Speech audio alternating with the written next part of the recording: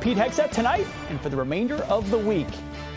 Every other network is obsessing over yesterday's news. Got it. Liz Cheney hates Trump, can't get over it, and is out of step with the GOP. The Congresswoman from D.C., her time is up. Bye-bye. Maybe that's the story the Democrats and their friends in the media want us to be covering. The shiny object.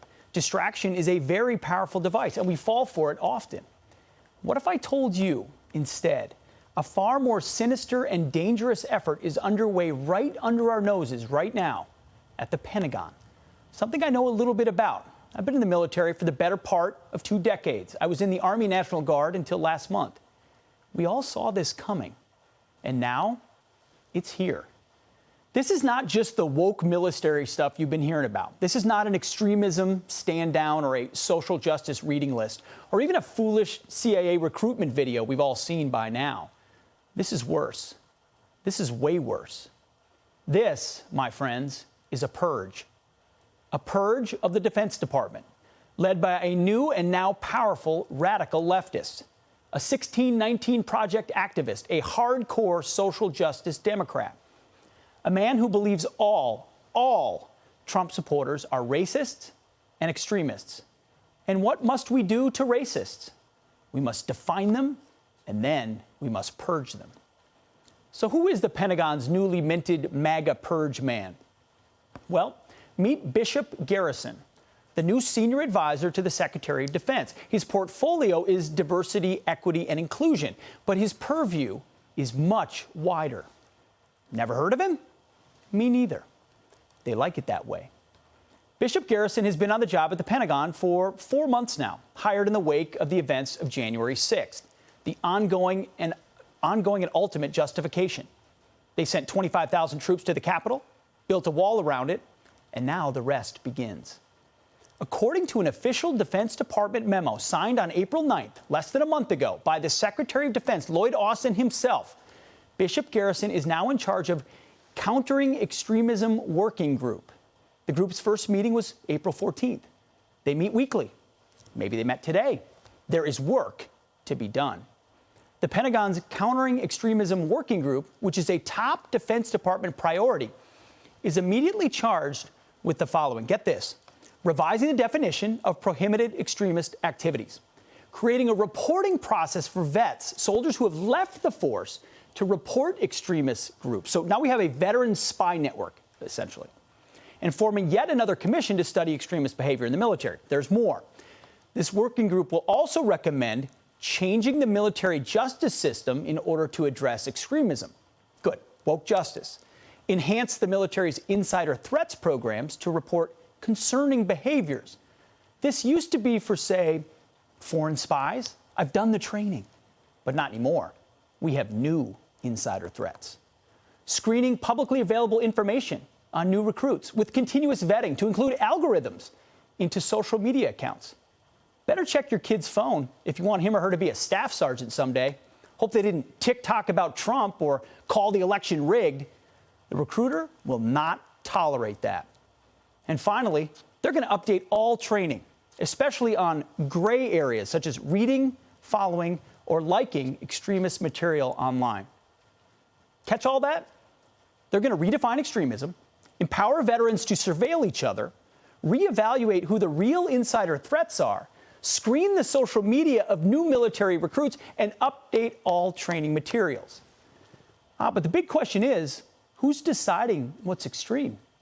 Well, Bishop Garrison, of course, with the Secretary of Defense right behind him. Now, Bishop Garrison is a West Point grad, served 2 overseas tours, and holds 2 Bronze Stars for his service, and we sincerely thank him for that. But what does Bishop Garrison believe today as a civilian?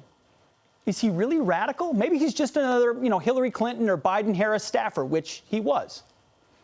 How do I put this? The White House just put the equivalent of Ibram X. Kendi, the author of How to Be an Anti-Racist, in charge of vetting the entire U.S. military, past, present, and future. A believer that our founding was in 1619 will now be vetting our armed services, a few of which go back to 1776. And since we're in the mood for vetting the military, let's check a few of Bishop Garrison's past tweets. And there are a lot of them.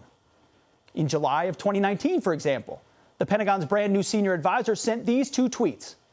Support for him, meaning Trump, a racist, is support for all his beliefs. Also tweeting, he's dragging a lot of bad actors, misogynists, extremists, and other racists out into the light, normalizing their actions. If you support the president, you support that. There is no room for nuance with this. There's no room for nuance. If you support the president, you support extremists and racists. You support all of his beliefs as we define them. Crystal clear. Bishop Garrison said far worse about Trump for years, but that's not the point. The scary part is what he believes about anyone who supports Trump. You are racist, you are an extremist. The equation is simple for Bishop Garrison. If you support Trump, and supporting Trump makes you a racist and extreme, then in the world of Bishop Garrison, Trump supporters are de facto extremists. No nuance, no question, no quarter. You see, this isn't about white supremacy or white nationalism.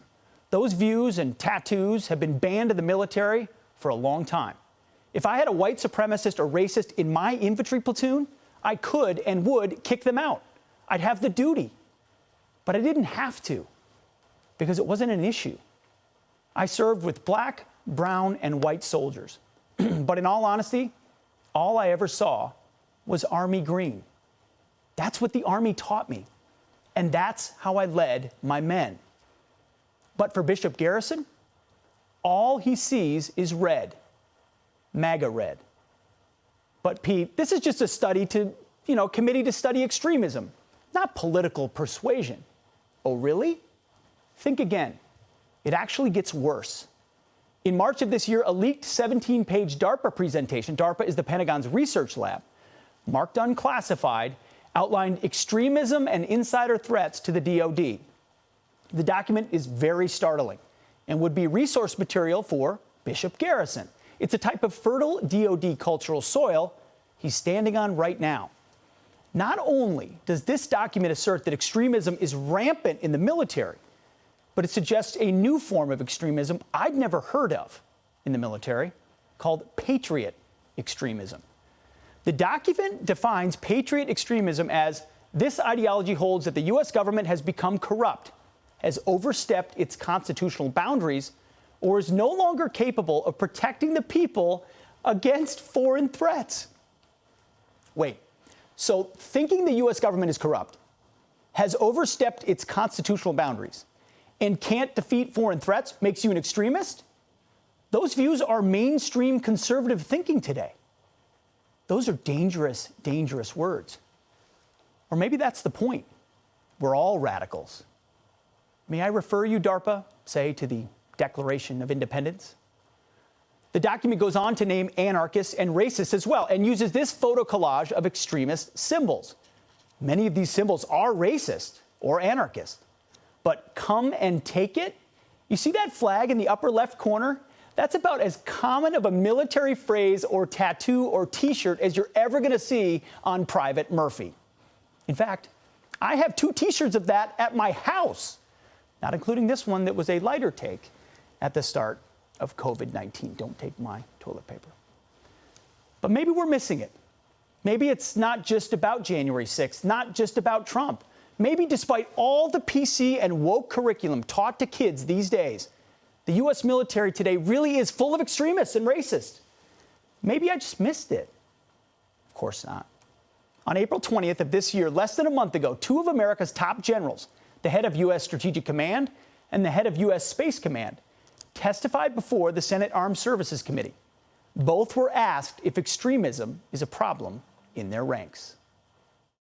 I am very confident that the number of extremists in my forces is 0.